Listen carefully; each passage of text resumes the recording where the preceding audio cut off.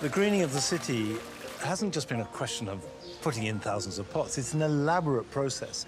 This square, for example, was a car park.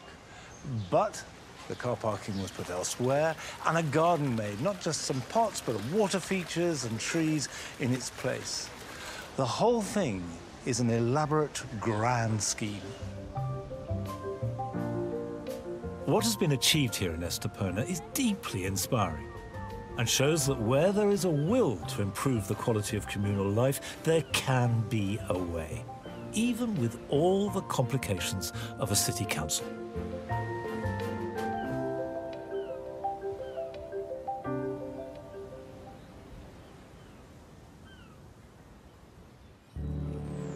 Much of this part of the coast is the playground of the rich and is full of luxury holiday homes.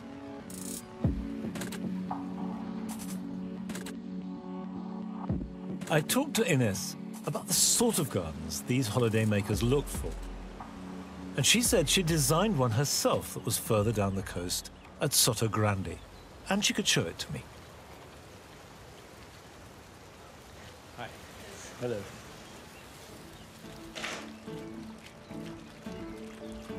With its courtyards, use of water as a central feature, and numerous pots, this is a modern take on the traditional Andalusian garden,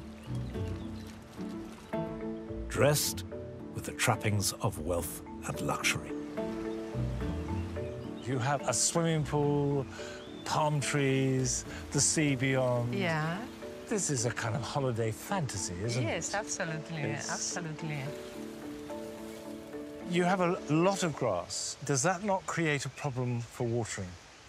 Well, yes, but we choose drought-resistant grass. So the property also has a well. So it has its own water supply? Yes, yes.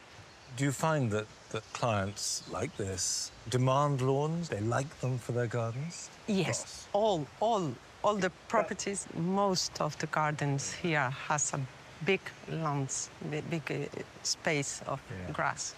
And do you think that's going to be sustainable, that will be able to continue? Well, we try to use this drought-resistant grass, limit it to the close areas to the house. And does this stay green all the year? It's depending on the species of grass you are using, but some grasses came brown in winter. Some of the garden centerpiece use like a tint to tint the grass. Yes, yes. Do they? In the winter, just to give the visual of a green grass.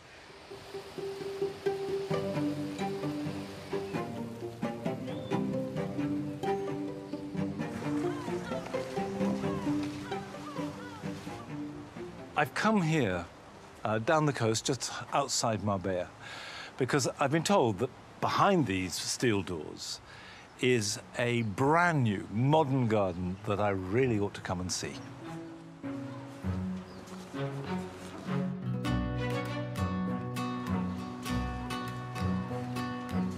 This is a newly built house, and the designer of the garden, Fernando Matos, was given a free hand to create a garden to complement it.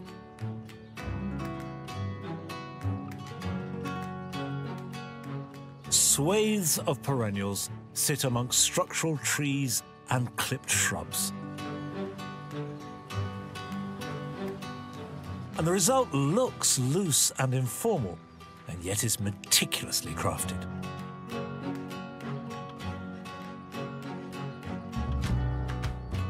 There is a lawn, but unusually it's out of sight of the house, down at the bottom of the garden. I asked Fernando what visitors make of his work. They are surprised, because it's not common to have this variety of plants. He's very inspired in English gardens.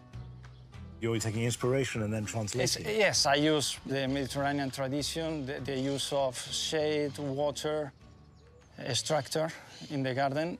But I think with the right plants, you can have the effect of an English garden with